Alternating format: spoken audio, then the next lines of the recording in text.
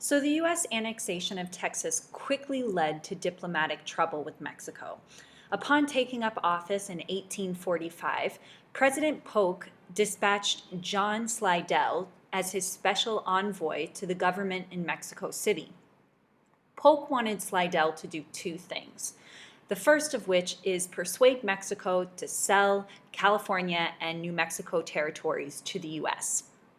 And the second was settle the disputed Mexican-Texas border, shown here in this map. Mexico, or the United States, claimed that the Texas border extended all the way down to the Rio Grande River, and the Mexican government contested that no, it did not. It only extended to the Nueces River. So it left that green area in the map as disputed territory. So we're going to talk about the immediate causes of the Mexican-American War. And remember, when we talk about causes, particularly of major events like wars, we usually refer to long-term causes and short-term causes. Last video highlighted many of the long-term causes of the war. Here I'm going to outline the short-term causes as we take a look at why the war happened when it did. And when I think of the causes of the Mexican-American War, I think of the I'm not touching you game. Now, anyone with siblings, I'm sure, has played this fabulous game. For those of you that don't know, the I'm not touching you game is when you point your finger about an inch away from somebody's face while saying in an extremely annoying voice, I'm not touching you, what are you going to do? I'm not touching you. Well, those that have played the game know that what usually happens is eventually somebody's going to get touched, usually with a punch.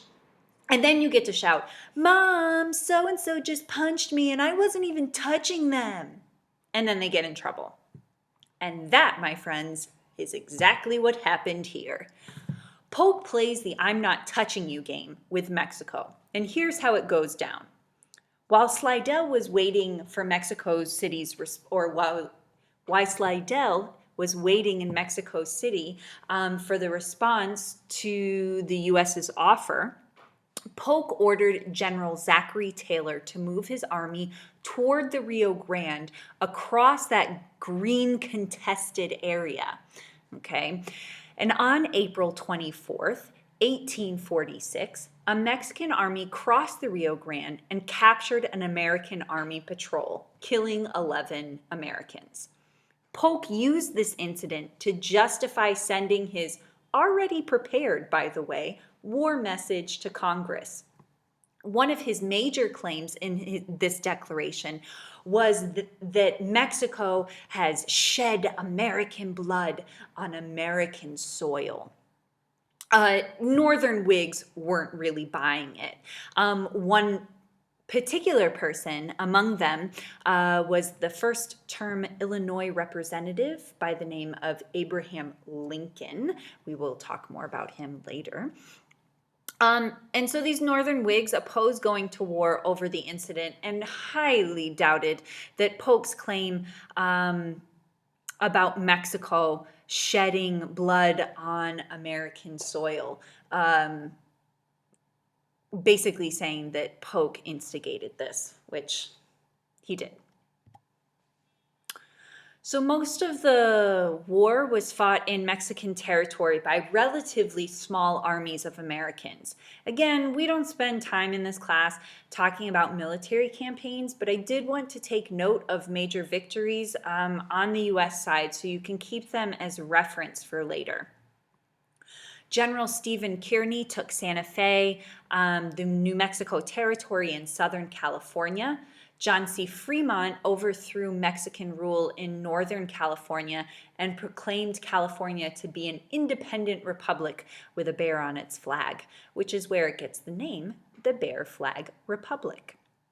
Zachary Taylor used 6,000 men to drive the Mexican army from Texas across the Rio Grande and into northern Mexico, where he won a major victory at Buena Vista. And General Winfield Scott invaded central Mexico and with 14,000 men took the coastal city of Veracruz and eventually captured Mexico City in September of 1847. Unfortunately for Mexico, the war was a military disaster from the start, but the Mexican government was unwilling to concede the loss of its northern lands. But after the fall of Mexico City, the government had little choice but to agree to the US's terms, which were outlined in the Treaty of Guadalupe Hidalgo. The treaty was negotiated by diplomat Nicholas Trist and provided the following. One, Mexico recognized the Rio Grande as the southern border of Texas, not the Nueces. And the United States took possession of the former Mexican provinces of California and New Mexico, which we call the Mexican cession, not secession, Mexican cession. And that is pictured here in this map. For those territories, the United States paid $15 million and assumed responsibility for any claims of American citizens against Mexico. Not everybody was in favor of the Treaty of Guadalupe Hidalgo. In the Senate, some Whigs opposed the treaty because they saw the war as an immoral effort to expand slavery.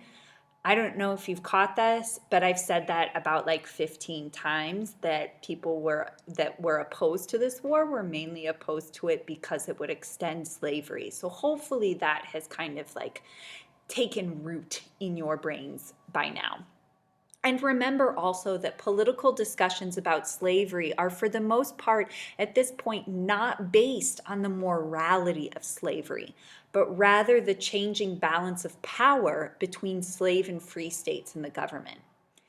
A few Southern Democrats also disliked this treaty, but for opposite reasons. As expansionists, they wanted the U.S. to take all of Mexico. Nevertheless, the treaty was finally ratified in the Senate by the required 2/3 vote. The U.S. entry into war with Mexico provoked controversy from start to finish. And in 1846, the first year of the war, Pennsylvania Congressman David Wilmot proposed that a bill providing funding for the war be amended to forbid slavery in any of the new territories acquired from Mexico. So basically, Wilmot, there's this bill for funding the war. And Wilmot wanted to add something to it, which would be an amendment. He wanted to add it and say that this funding was provisional, that you had to agree to do this, to follow the amendment in order to get the funding. And what the amendment required is that the United States accept that the new territories gained from this war would not then eventually become slave states. So that is why we call it a proviso, because it was provisional, and we name it after David Wilmot, who was the proposer of this amendment. The amendment passed the House twice, but was also defeated both times in the Southern-controlled Senate, which begs the question, why do we care? Why do we care about something that never was actually enacted or passed through Congress? Good question. There are a couple reasons for that. The Wilmot Proviso exemplifies a continued growing debate in the federal government regarding the expansion of slavery. It's also going to be the basis for the formation of the Republican Party in 1854. And some historians view the Wilmot Proviso as the first round in an escalating political conflict that led ultimately to civil war. Now, many Southerners, as we talked about earlier, were dissatisfied with the territorial gains from the Mexican-American War. In the early 1850s, they hoped to acquire new territories, especially in areas of Latin America, where they thought plantations worked by slaves were economically feasible. The most tempting, eagerly sought possibility in the eyes of Southern expansionists was the acquisition of Cuba. which brings us to the Ostend Manifesto of 1854. But before we get there, let's talk about Polk's presidency, because when he was president, he offered to purchase Cuba from Spain for $100 million. But Spain refused to sell the last major remnant of its once large empire. Keep in mind, remember that Cuba, the main export of Cuba is sugar, which is an extremely profitable industry. And what do we know about growing sugar? Right, it's usually done on plantations. So there is a large slave population and culture in Spanish-controlled Cuba. And the United States, particularly the Southerners in the United States, those Southern slaveholding states, really wanted Cuba as an extension of American territory. But Spain said no, which then prompted several Southern adventurers, and I guess that term adventurers that this text that I'm reading is kind of a point of perspective word, right? Because some would call them invaders, led small expeditions to Cuba, not funded, well, at least directly by the government, in an effort to take the island by the force on their own. It kind of blows my mind. These forays, however, were easily defeated, and those who participated were executed by Spanish firing squads. So Franklin Pierce then becomes president in 1852, and he adopted pro-Southern policies, and he dispatched 3 diplomats to Ostend, Belgium, where he secretly negotiated to buy Cuba from Spain. The diplomats drew up a proposal to the U.S. government stating that if Spain did not sell, the U.S. should take Cuba by force.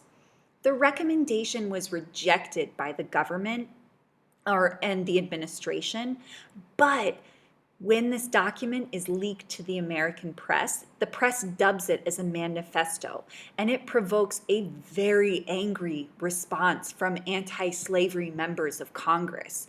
Basic accusations of a Southern slaveholding conspiracy. President Pierce was forced to drop his schemes to acquire Cuba, but this will not be the last time that the United States attempts to make a grab for Cuba. Probably one of the most audacious people during this time period was a man by the name of William Walker, and he had tried unsuccessfully to take Baja California from Mexico in 1853. By the way, again, these are not militarily led, government-backed expeditions. These are people just wanting to expand and just taking it because of manifest destiny. So then he leads a force of mostly Southerners and takes over Nicaragua in 1855. In 1856, his regime even gained temporary recognition from the United States. However, his scheme to develop pro-slavery Central American empire collapsed when a coalition of Central American countries invaded and defeated him. They weren't too keen on his plans. And Walker ended up being executed by Honduran authorities in 1860. Another American ambition was to build a canal through Central America. Great Britain also had this ambition. And to prevent each other from seizing this opportunity on its own, Great Britain and the United States agreed to the Clayton-Bulwer Treaty of 1850. And this treaty provided that neither nation would attempt to take exclusive control of any future canal route in Central America. This treaty continued in force until the end of the 19th century. In 1901, another treaty is going to give the United States free hand to build a canal, but we will talk about that more later. Although he failed to acquire Cuba, President Pierce did succeed in adding a strip of land to the American Southwest for a transcontinental railroad. In 1853, Mexico agreed to sell thousands of acres of semi-desert land to the U.S. for $10 million. And this was known as the Gadsden Purchase. The land forms the southern sections of present-day New Mexico and Arizona. Okay, so that was certainly a bunch of spirited American expansion that we covered in this video. My last video of this series is going to discuss how people moved west, who moved west, and what they did when they arrived. But before I let you go, I want to leave you with this little tidbit from Jimmy Fallon about American history jokes. Hey everybody, welcome back to the show. Coming up this week, we have Russell Brand, Tracy Morgan, Michael Stipe, Emily Blunt. It's going to be a great week. So excited. It's week 2. Hey, Jimmy.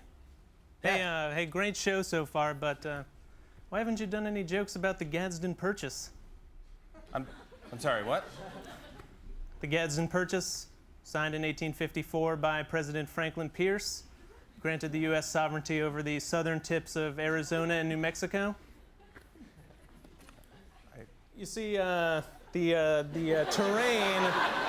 terrain in the southernmost portion of the Mexican Cession, 1848, was too rocky for the transcontinental railroad. So, Wait, you brought a visual aid. That's you carry that around everywhere you go, or? I do love the Gadsden Purchase. Well, if you love this thing so much, why would you want me to make a joke about it? I mean, you got to be able to laugh at the Gadsden Purchase. I mean, it's what life's all about. Life is all about laughing at the Gadsden. Maybe that's what your life's about, but I don't see what's so funny about a 150-year-old land treaty. Well, I mean, just look at all the comedic possibilities. I mean, you got Franklin Pierce, hello, James Gadsden, not to mention topographical issues regarding the construction of the Transcontinental Railroad. I mean, the jokes practically write themselves.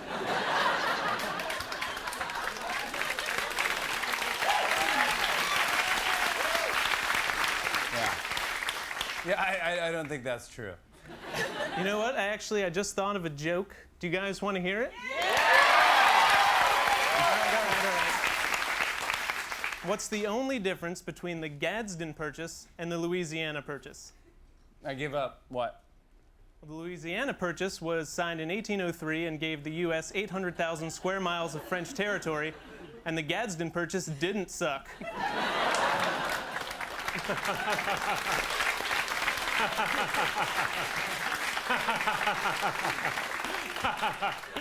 Oh, that's a pretty great joke. Except he forgot the part about how the Gadsden Purchase never would have happened if it weren't for the Treaty of Guadalupe Hidalgo.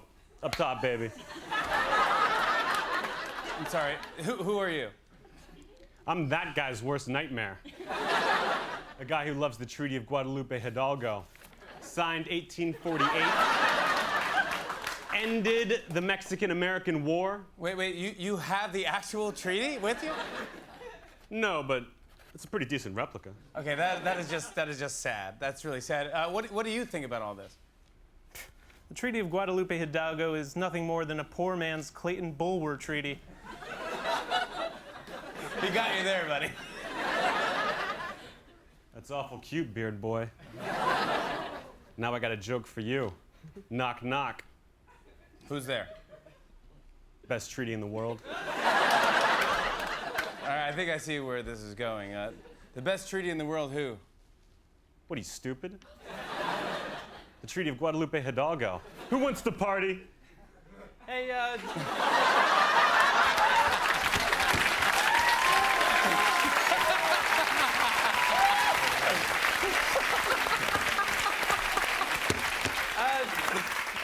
just curious, but what do you guys think of the Webster-Ashburton Treaty?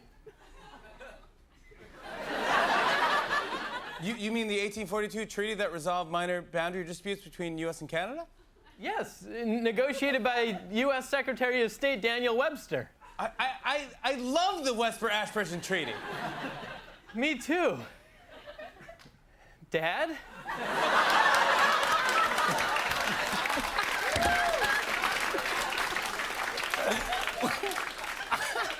I'm not your dad. What? You're like 10 years younger than me. Would you be my dad? No, there's too many history nerds in the audience tonight.